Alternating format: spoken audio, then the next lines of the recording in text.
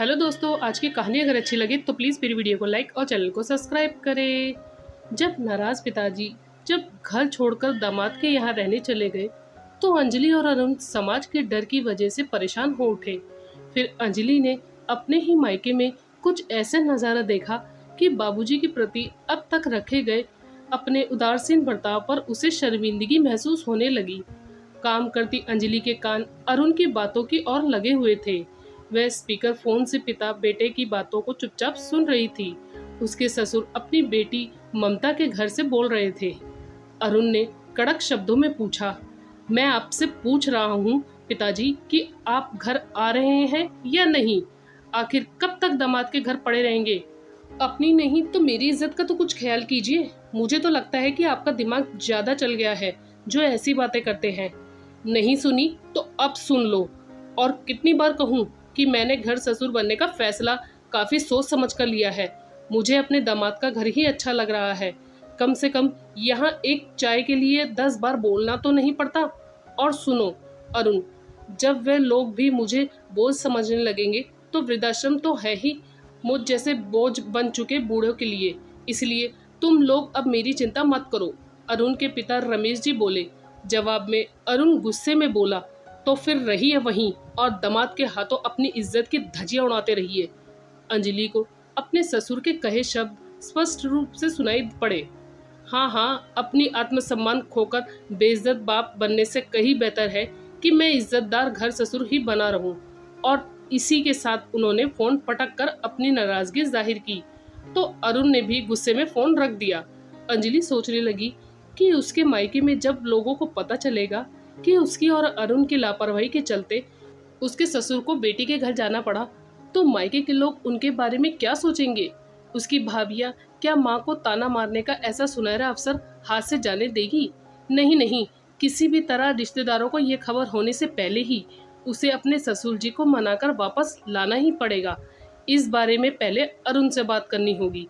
ये सोचकर अंजलि ने अरुण से कहा, देखो, जो भी हुआ ठीक नहीं हुआ। आखिर वे तुम्हारे पिताजी हैं और उन्होंने तुमको 2 बातें कह भी दी तो क्या हुआ? तुम्हें चुप रहना था, थोड़ा सा सह लेते और उनसे नरमी से पेश आते तो यूं बात का पतंगर नहीं बनता। हाँ, अब तो तुम भली बनने का ड्रामा करोगी ही, लेकिन तब एक बूढ़े पिताजी को समय पर खाना और चाय नाश्ता देने में तुम्हारा मुंह बना रहता था। उस पर दिन भर पिताजी की शिकायत कर करके तुम ही ने मेरा जीना दुश्वार कर रखा था। अभी तुम्हें पिताजी के जाने का दुख नहीं है, बल्कि उनके साथ पेंशन के 10,000 रुपए जाने का गम सता रहा है। इस तरह अरुण ने सारा दोष अंजलि के सिर डाल दिया। तो वह तिलमिला उठी और बोली, तो तुम भी कौन सा बाबूजी की याद में तड़प रहे हो? अपने दिल पर हाथ रखकर कहो कि तुम्हें बाबूजी के रुपए की कोई जरूरत नहीं है। अरुण को जब अंजलि ने सच का आईना दिखाया तो वह भी खामोश हो गया। फिर कुछ नरमी से बोला, खैर, जो हो गया सो हो गया। अब इस पर बहस करने से क्या फायदा? सोचो कि उन्हें कैसे बुलाया जाए, क्योंकि जितना मैं उन्हें जानता हूँ वह अब खुद आने वाले नहीं हैं। अभी तो वह ममता के घर पर है, पर जहाँ कहीं उनके आत्मसम्मान को जरा भी ठेस पहुंची तो वह वृद्धाश्रम जाने में एक पल भी देरी नहीं लगाएंगे। उसके बाद वहां से वे शायद ही वापस आए। तुम कहो तो मैं बात करके देखती हूँ, अंजलि बोली। अब गलती हमने की है तो हमें उसे सुधारने की कोशिश भी हमें ही करनी पड़ेगी।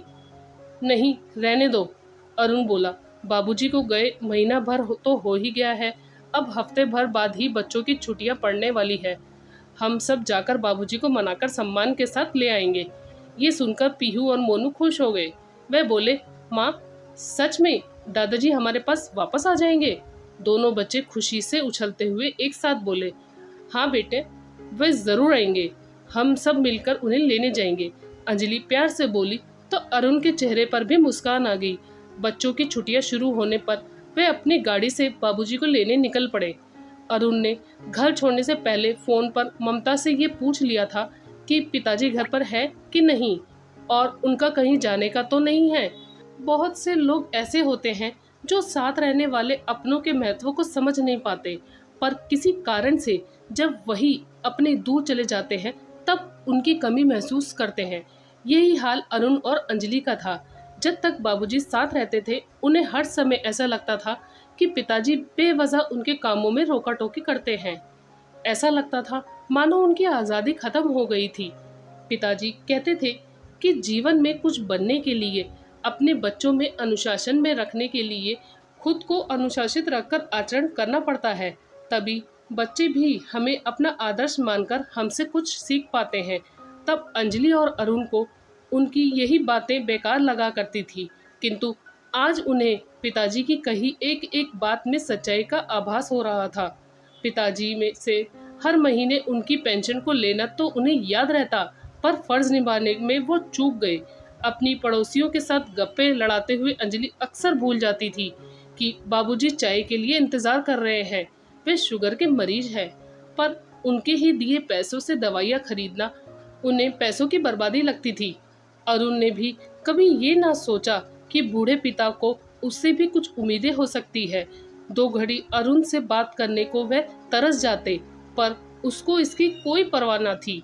अचानक गाड़ी हिचकोले खाकर रुक गई। वह तो अच्छा हुआ कि पास में ही एक गैराज था। धक्के देकर गाड़ी को वहां तक ले जाया गया। मैकेनिक ने जांच करने के बाद बताया कि गाड़ी ठीक होने में कम से कम 1 दिन तो लगेगा ही। ये एक इत्तेफाक था कि हादसा अंजलि के मायके वाले शहर में हुआ था, इसलिए उन्होंने गाड़ी ठीक होने तक अंजलि के मायके में रुकने का फैसला लिया। एक टैक्सी कर अरुण ने अपने परिवार को लेकर ससुराल की ओर चल दिया। उन्हें अचानक आया देखकर सभी बहुत खुश हुए। अंजलि के परिवार में माँ पिता के अलावा उसके 2 बड़े भाई और भाभियाँ थी। बड़े भाई के 2 बेटे और छोटे भैया की एक बेटी थी। माँ पिताजी के साथ थोड़ी देर बातें करने के बाद अंजलि अरुण को वहीं छोड़कर रसोई की ओर चल पड़ी, जहां उनकी दोनों भाभियां रात के खाने की तैयारी में जुटी थी। अंजलि ने भाभियों का हाथ बटाना चाहा, पर उन्होंने उसका मन रखने के लिए चावल बीनने की थाली पकड़ा दी और वहीं रसोई के बाहर कुर्सी में पर बैठा लिया। अंजलि ने देखा कि उसकी भाभियों ने बातों बातों में कितने सारे पकवान बना लिए। वे जब 2 तरह की सब्जियां बना रही थी, तब अंजलि ने पूछ लिया कि भाभी, ये कम तेल व मसाले की सब्जी किसके लिए बना रही हो? तो बड़ी भाभी ने कहा कि मम्मी जी पापा जी बहुत से खाने की चीज़ों से परहेज करते हैं। उनकी उम्र देखते हुए उनके लिए थोड़ा अलग से बनाना पड़ता है। पर माँ जी और पिताजी को तो कोई बीमारी नहीं है, फिर उनके लिए आप लोग इतना झंझट क्यों कर रहे हैं? अंजलि ने पूछा। जवाब छोटी भाभी ने दिया। तो क्या हुआ, बुजुर्ग लोग हैं, परहेज करते हैं, तभी तो उनका स्वास्थ्य ठीक है। फिर उनके लिए कुछ करने में कष्ट कैसा? ये तो हमारा फर्ज है। वैसे भी तुम जितना अपने ससुर जी के लिए करती हो, उस हिसाब से तो हम कुछ भी नहीं करती। मैंने क्या किया और आपको कैसे पता चला? अंजलि खुश असमंजस भरे स्वर में बोली। अब रहने भी दो दीदी, बड़ी भाभी हंसते हुए बोली। ज्यादा बनो मत, कल ही तो तुम्हारे ससुर जी का फोन आया था। उन्होंने ही तुम्हारे और अरुण के बारे में हमें सब कुछ बताया।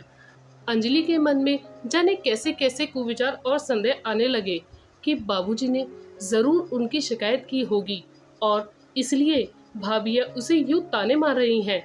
पर मन का संशय प्रकट न कर अंजलि बोली, क्या बताया बाबूजी ने? क्या वह हमसे नाराज हैं? भला क्यों नाराज होंगे? वह तो तुम्हारी और अरुण की बहुत तारीफ कर रहे थे। कह रहे थे कि बहू तो ऐसी है कि किसी चीज के लिए मेरे मुंह खुलने से पहले ही वह समझ जाती है कि मुझे क्या चाहिए। ये सुनकर उसकी अंतरात्मा उससे धिक्कारने लगी कि अपनी नासमझी की वजह से उसने कभी बाबूजी की परवाह नहीं की। अपनी सुविधा अनुसार इस बात का ख्याल किए बगैर कि वह खाना बाबूजी के स्वास्थ्य के लिए उचित है या नहीं, वह खाने के लिए कुछ भी उनके सामने रख देती थी। शुरुआत में 1-2 बार बाबूजी ने उससे समझाने की कोशिश की थी, पर उसने कोई ध्यान न दिया। नतीजा उनकी तबीयत आए दिन खराब हो जाती थी। एक उसकी भाभियाँ है जो उसके माता पिता के स्वास्थ्य का कितना ध्यान रखती है, और एक वह है दूसरी और बाबूजी है कि इतना होने पर भी मायके में उसकी किसी से शिकायत ना कर तारीफ ही की। पश्चाताप की आग में जलती हुई उसकी भावनाएं आंसुओं के रूप में आंखों से छलकने लगी। वह मन ही मन प्रतिज्ञा करने लगी कि अब आगे से वे कभी भी बाबूजी को किसी तरह की शिकायत का मौका नहीं देगी। उधर अरुण भी अंजलि के भाइयों को अपने माता पिता के साथ व्यवहार देखकर ग्लानि से भरा जा रहा था। अंजलि के दोनों भाइयों अपना खुद का कारोबार संभालते थे। कुछ देर पास बैठे पिता बेटे ने एक दूसरे का हालचाल पूछा, फिर वे लोग अरुण के साथ व्यस्त हो गए। अरुण मन ही मन सोच रहा था कि वह तो अपने पिता का इकलौता बेटा है, इसलिए उसे तो उनकी हर बात की ओर ध्यान देने की जरूरत है। माँ के गुजर जाने के बाद वह अपनी बात कहते भी तो किससे? वे क्यों नहीं अब तक अपने पिता के मन की पीड़ा को समझ पाया? अब से वह बाबूजी की पेंशन के पैसों को हाथ भी नहीं लगाएगा, बल्कि उनकी जरूरतों को अपने कमाए पैसों से पूरा करेगा। अगले दिन गाड़ी ठीक होकर घर आ गई, पर अंजलि के घर वालों ने जिद करके उन्हें एक दिन और रोक लिया। इस दौरान अरुण ने अंजलि के भाइयों का अपने माता पिता के साथ बातचीत और व्यवहार को देखकर पहली बार जाना कि बाबूजी के अनुभव से कैसे लाभ उठाया जा सकता है। बच्चे कैसे दादा दादी की वजह से अपने पारिवारिक इतिहास को जानते हैं तथा अपनी संस्कृति और रिश्तों की जड़ों से जुड़ते हैं। जब से अंजलि और अरुण बच्चों सहित बाबूजी को लेने निकले तो उन्हें विश्वास था कि उनकी नादानी को माफ कर पिताजी जरूर उनके साथ वापस अपने घर आ जाएंगे। भला उनके जैसा स्वाभिमानी व्यक्ति कभी घर ससुर बनकर थोड़ी ही रह सकता है। ये सब तो उन्हें सबक सिखाने के लिए पिताजी ने कहा होगा। इस विश्वास के साथ वे खुशी मन से पिताजी को लेने चल पड़े।